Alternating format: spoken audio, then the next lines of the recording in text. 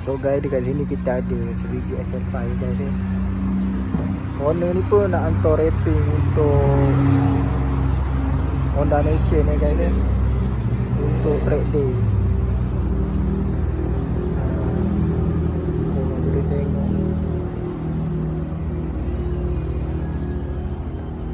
pakai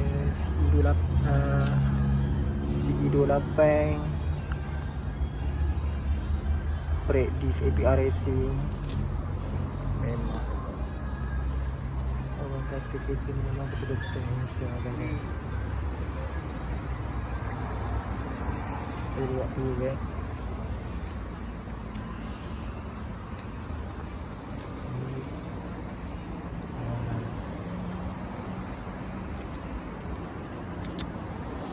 So guys, kalau korang nak tahu kereta ni dia rate apa,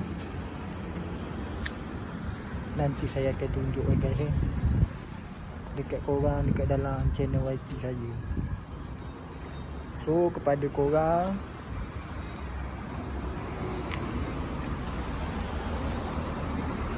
kalau nak tahu FF5 ni wrapping color apa, wrapping livery apa untuk Honda Nation, korang boleh subscribe YT saya.